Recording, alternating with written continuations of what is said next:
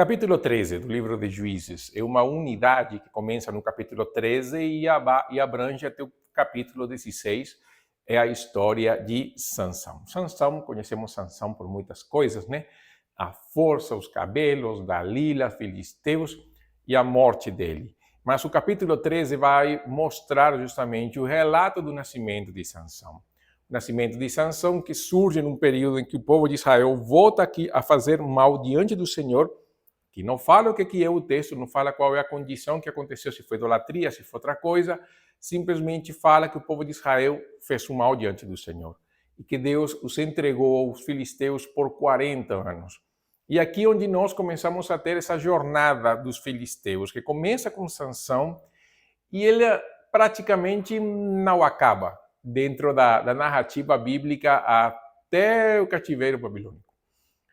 Sempre os filisteus vão estar ali, é o povo que mais mexe com Israel a partir deste momento, e ali nós temos essa história. O povo de Israel, então, entregue pelo Senhor aos filisteus, e não há uma menção a arrependimento, não há uma menção a voltar o Senhor, corações contritos, não há uma mensagem de Deus para a nação de Israel. Na verdade, Deus escolhe uma família da tribo de Dan, chamada Manoá e sua mulher, e a mulher de Manoá era estéril. O anjo do Senhor aparece, fala para ela que ela engravidará, dará à luz um filho que será nazireu e que ele será instrumento de Deus para libertar Israel da mão dos filisteus. A mulher conversa com o marido a respeito disso, e o marido então ora ao Senhor para que o Senhor lhe fale o que vai acontecer, porque a mulher dá uma mensagem incompleta. A mulher vai falar basicamente isso: me disse, tu engravidarás, terás um filho, por isso não bebas vinho nem bebida forte, e não comas coisa impura, porque o menino será nazireu de Deus desde o ventre da mãe até o dia da sua morte. Não fala da missão. E o homem ora para que Deus lhes revele isso. O anjo volta a aparecer, o anjo reforça as palavras que falou para a mulher, mas o anjo não fala para Manoá o propósito do menino. Isso foi dado à mulher para ela compartilhar ao homem e ela não fez. Um pouco um contraste mais ou menos da atitude da Eva com Adão, né?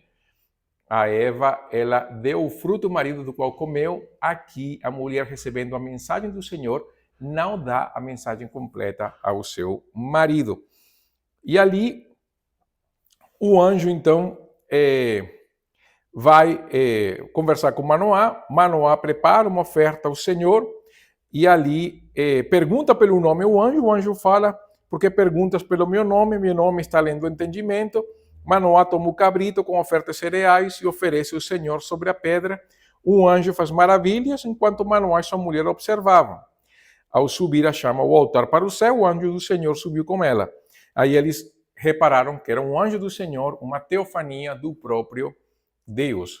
Manoá espanta pela visão, perdão, não pela visão assim, não no sentido espiritual, mas por aquilo que ele vê, e pensa, nós vamos morrer.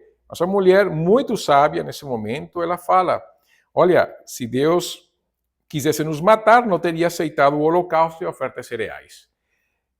Nasce um menino chamado Sansão, chamado de sol, né? Sol, brilho, luz.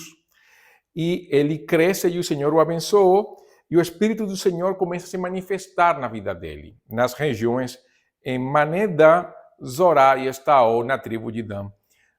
O texto aí encerra a história de Sansão, o nascimento dele, um nascimento miraculoso, um nascimento que acontece com uma mulher estéril, numa situação de apostasia, e nós vemos traços dessa apostasia no relacionamento de Manoá e a mulher com o anjo. Em primeiro lugar, existe aquela questão de que a mulher não fala completamente para o homem, por alguma razão que nós desconhecemos, o texto não fala. Está a questão de Manoá perguntar ao anjo, de não haver uma observação da lei, de não aparecer um sacerdote, um profeta nesta história, mas ao mesmo tempo nós vemos também que a oferta que o Manoá fez foi uma oferta que poderia ser tranquila sobre qualquer um, mas Manoá não tinha ideia de que era um anjo do Senhor. Manoá não estava com os sentidos espirituais abertos para entender quem estava falando com ele. É verdade que isso aconteceu também com Abraão, isso aconteceu também com Moisés, aconteceu também com Josué, mas no percurso da jornada já era para supor que isso poderia acontecer, ou pelo menos seria um mensageiro do Senhor. Mas Deus mesmo aparece com graça e misericórdia para libertar o seu povo. Deus não faz, neste caso, um chamado ao arrependimento da nação, o povo não se arrepende também não. Esse círculo vicioso aqui é quebrado porque não há um arrependimento, e será uma característica da história de Sansão. Não há remorso, não há arrependimento, há uma vida que segue. Do jeito que fizeram Manoá e sua mulher. Não há neles, há um terror de Deus. Nós vamos morrer, mas não há uma entrega, uma vida consagrada ao Senhor. Nós veremos isso mais na frente, nas histórias a seguir. Mas algumas lições preciosas do capítulo 13 de Juízes, seguindo a história de Juízes, que nós vemos que a decadência da nação piora. Por quê? Porque há uma apostasia que não é revelada, mas não há um arrependimento manifesto. Quer dizer, o povo de Israel preserva, se mantém nessa vida afastada do Senhor. Isso vai trazer consequências na vida de Sansão. E é bom levar isso em consideração, porque Sansão é um filho do seu tempo. Sansão vai servir a Deus da maneira que ele acha, porque é assim que ele vê.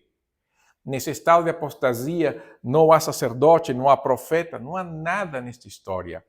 Por quê? Porque a apostasia, o afastamento do Senhor está de uma maneira elevada na nação. Mas o próprio Sansão é um instrumento de Deus para a libertação do povo de Israel.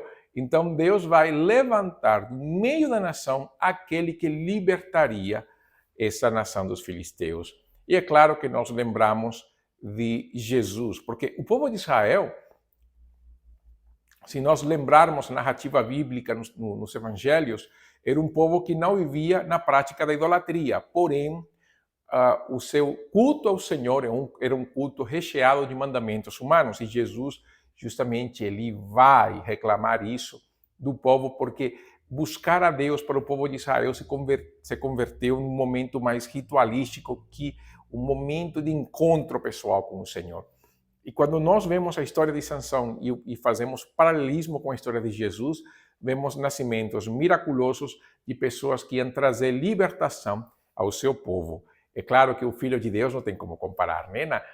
Na santidade, da força, no sucesso da sua jornada, dos benefícios dados na cruz, mas o fato de serem libertadores e salvadores é um fato relevante nesta história. Sansão, aquele que libertaria ao povo de Israel dos filisteus. O próprio nome Sansão pode ser entendido como um nome de Deus como luz, ou um nome que estava refletindo já uma mistura sincrética com os filisteus. Mas nós deixamos isso para depois, porque esse nome Sansão como luz vai ser um grande contraste com a sua própria vida. Mas esse é o capítulo 13 de Juízes, o capítulo 14, 15 e 16 serão os próximos vídeos a seguir. Então aguarde e até então.